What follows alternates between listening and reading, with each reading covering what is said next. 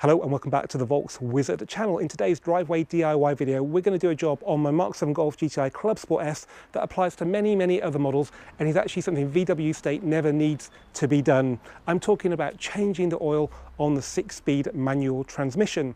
VW actually state that the oil is good for the life of the gearbox, but they don't actually state how long that gearbox should last, and it's a no-brainer that if you change the oil periodically, you'll reduce wear and the gearbox will last a lot longer. And the good news is it's not expensive to change the oil, and you can easily do it on a DIY basis on your driveway. And it's even more important than ever to do this because Volkswagen will never make another manual transmission Golf GTI. So all the ones they're ever going to make are on the roads now, and preserving them for the future is even more important than ever. So let's get started by explaining to you why gearbox oil does not last forever. But before we do that, I just want to remind you guys to subscribe to the channel. We're getting a lot of views from non-subscribers, and it's great to have the views, but it's not so good for the longevity of the channel. So if you like what you see, then please make sure you click that subscribe button.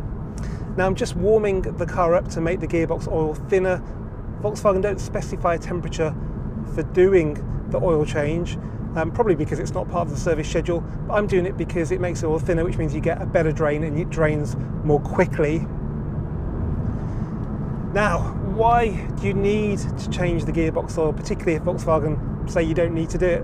Well, gearbox oil has an easier time than engine oil. It doesn't get as hot, it's not so contaminated by blow-by gases or fuel, but it still won't last forever. Age and heat cycles will make it lose its lubricity, and that means you're more likely to get wear to gears, shafts and bearings if you don't change the oil relatively regularly. There's no hard and fast rule, but for me, if you've got a car that regularly goes on track, I'd probably say every 10,000 miles. If you've got a car that gets stuck in traffic a lot and there's lots of shifting between first and second, then I'd probably say 30,000 miles. And if you do longer journeys, I'd probably say 40 to 50,000 miles. But it's whatever you feel comfortable with. It's not a hard job, it's not an expensive job, so it's a good investment in the gearbox. And 20 plus years being a car dealer selling Volkswagen Group cars, I can tell you I've spent a lot of money on fixing gearboxes in my time, so anything you can do to make them last longer has to be a very good thing. Okay, now let's talk about the tools and parts needed to do the job. Our parts supplier, as in previous videos, is a company called Deutsche Parts. They've got a warehouse full of 50,000 parts that are available for free next day delivery in the UK. They also ship globally as well. And if a part exists, they can get it for you because they're connected to a network of global parts suppliers.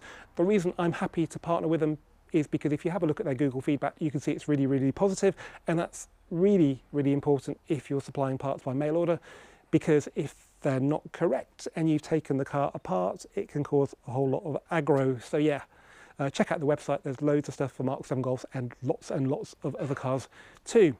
Now, I've worked with them to produce a kit for this job. It involves 3 litres of genuine Volkswagen transmission oil. This is exactly what the car left the factory with, and a new drain and filler plug. And that's available for next day delivery in the UK, £149. The tools are pretty straightforward. As usual, you need a trolley jack and an axle stand. You need a 10mm socket for the drain and fill plugs. This is an Allen key type socket. Your car may have different fill plugs, so do check. You need a ratchet for that. You need a T20 driver for the airbox. I'd suggest taking it out to make the job a lot easier. If you've got an R600, you also need a T25. You need something to drain the oil into, minimum 3 litres, and bit of hose pipe and a funnel, which is actually what VW specify for this job. No expensive tools needed. Okay, let's get the oil out of my Club Sport S while it's still nice and warm. Now when it comes to filling, which we're going to do later, we need to make sure the car is level, and my driveway is a bit of a slope, so I'm using a spirit level on the sill, and if I lift it up just a tiny bit, we get it where we want it to be, so that's just a couple of degrees. And to achieve that, I've got just the thing. And that thing is a pair of these ramps made by Laser Tools. Basically, we're going to drive the back end of the car up them until the car is level.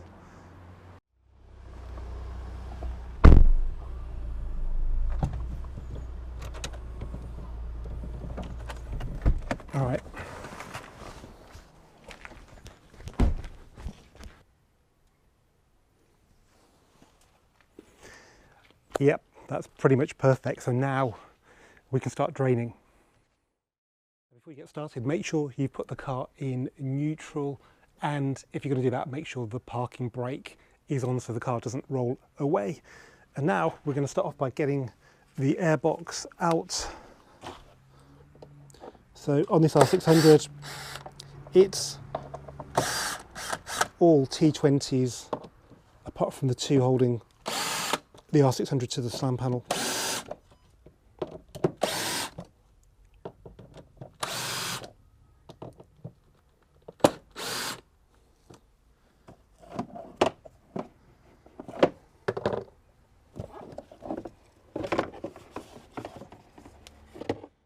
So now we can see what we need to see, which is the filler plug, which is just down there. There's a couple of electrical plugs just in front of it, but if I zoom in, hopefully you can see it. It's a bit brighter than the casing. Now it's easier to undo the fill plug from underneath, but we remove the airbox so we can actually see the oil going in, because to get the level correct, you fill it until the oil comes out. So obviously being able to see it helps a lot. Right, now let's get it in the air, get the under tray off.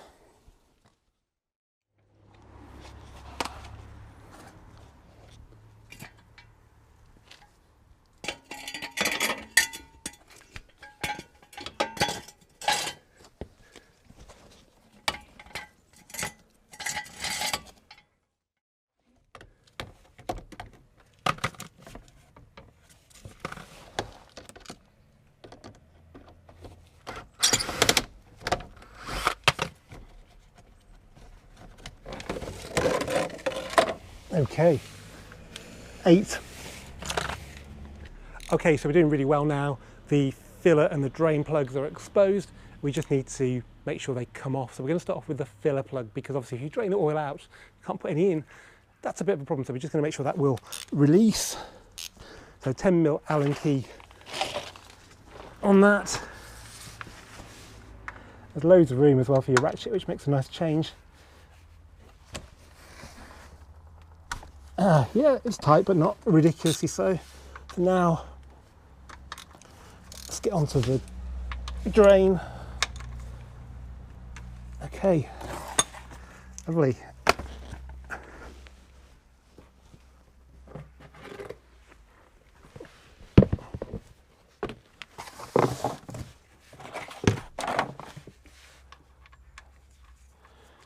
Here she comes in.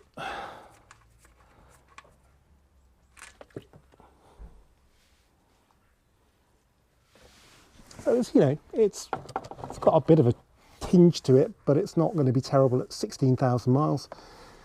Let's just release the filler now, just to prevent vacuum. Give us a better drain.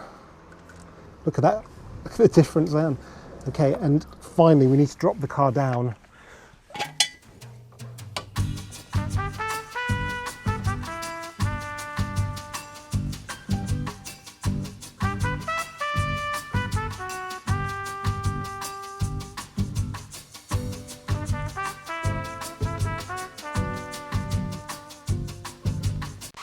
Okay, I'm pretty happy that it's drained fully now, so let's get the car back up in the air and see how much has actually come out. It's something I don't normally do, but I think it's really interesting to just measure the exact drain quantity.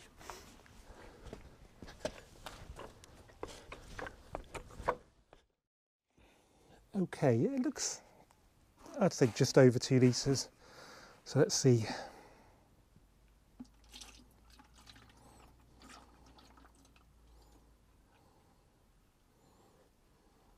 Not bad. So I'd say that's pretty close to 2¼ litres, which is a pretty good drain. Some people say 2.1, 2.3, it all depends, you know, on temperature and things like that. So that's pretty good.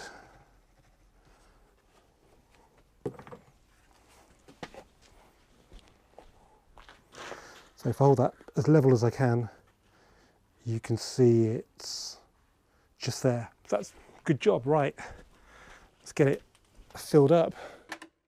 So first up, we need to put the drain plug back in.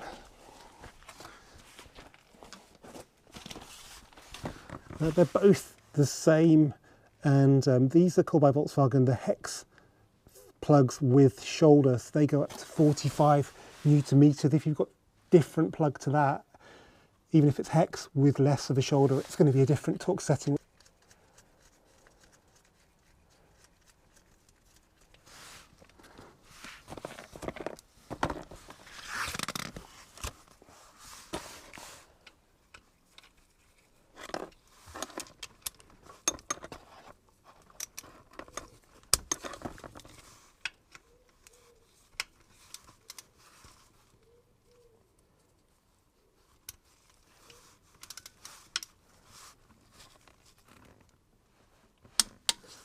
There you go. Back down on the ground now for filling.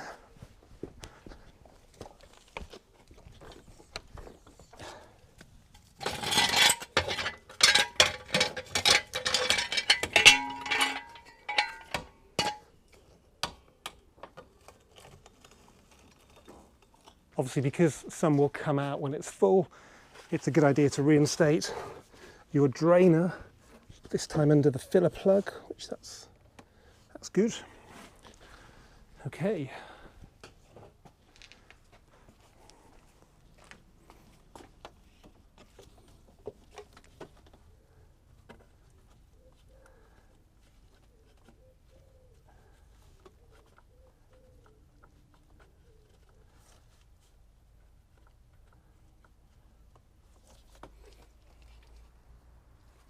Now this hose is a little bit thinner than what's recommended by VW, even though it fitted in the VAQ diff perfectly. So we just need to make sure the oil's actually going in. Okay, 1 litre done. Still good. So this is the last bit of this 2 litre, second litre.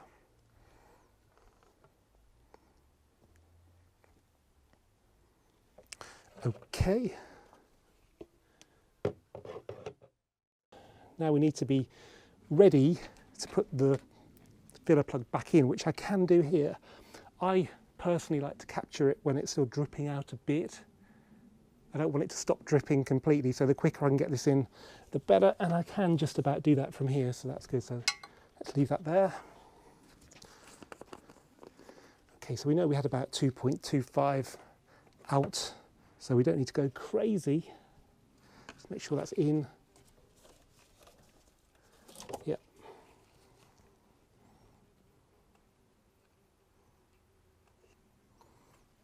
That's 2.1, nothing.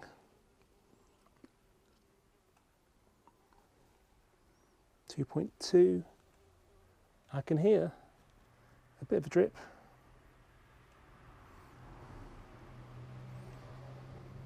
Okay, I'm going to give it 100 ml more to make it 2.3, then I know I've put in more than I've taken out. So that's 2.3, and now let's get this out. Yep, I can feel oil on my fingers now, so some is coming out. Okay, so that's the filler in. Now we need to just nip it up to 45 Newton meters and put the under tray on and put the airbox back in, and job done.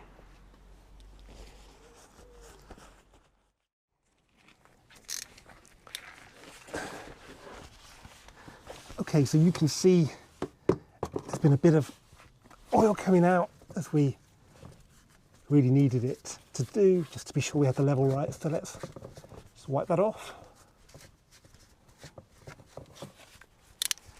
And then we just get our torque wrench in there and listen for the click.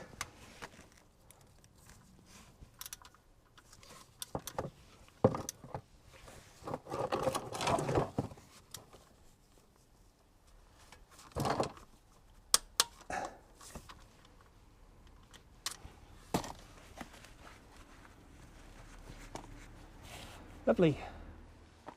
It's that time of year now where winter isn't very far away, and greasing and protecting whatever you can do now is a really good idea. And what I've just done is greased these T25 screws actually that hold the under tray on, because they get battered down there with salt and stuff. So anything you can do to preserve them is always good.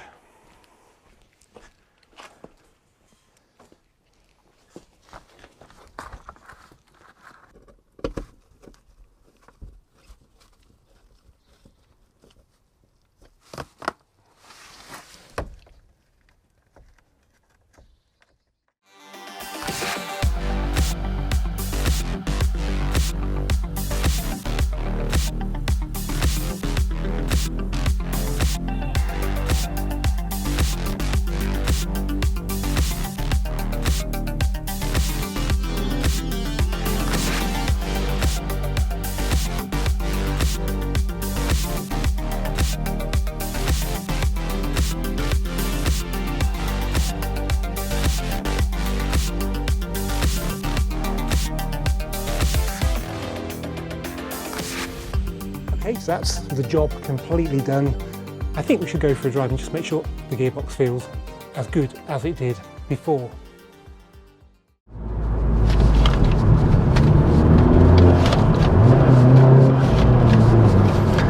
Okay, before we talk about the shift quality, I just want to say I've read all your comments about the audio quality in recent videos, and I've taken steps to prevent that happening in the future. A lot of you guys said upgrade your mic. Well, actually the mic was perfectly fine. It was a USB port on the GoPro Hero 4, very prone to interference.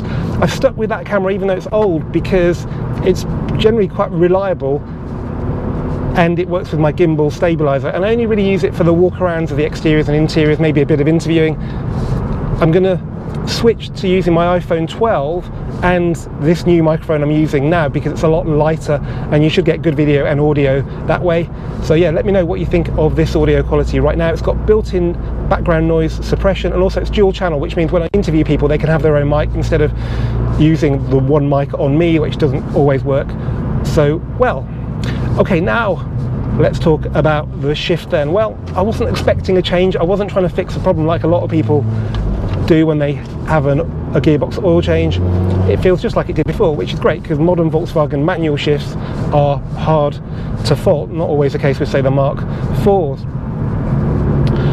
But now I've got the peace of mind of knowing that the oil is in great condition and it's protecting the gearbox as much as it possibly can do. Now, it is actually quite hard to pin down the spec of the Volkswagen oil. It's not on the bottle, but I believe it's a 75W GL4 approved fully synthetic gear oil. There are tricker gear oils you can use if you want, like a 75W90, but just be aware that even though they might offer better protection at higher temperatures, you might lose some shift quality when the engines and gearbox oil is cold. So I can't necessarily recommend them unless your car lives on track a lot or it's a racing car.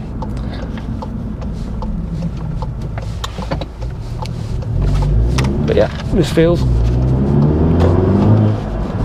lovely. As ever guys, thanks for watching this Volkswizard video. Do keep commenting and please do subscribe because you may or may not want to miss the next video, which is a collection of my real world dream cars. So I'm looking forward to sharing that with you. It's actually in the garage now, which may not sound good, but that will all become clear in the video. And yeah, see you for that really soon.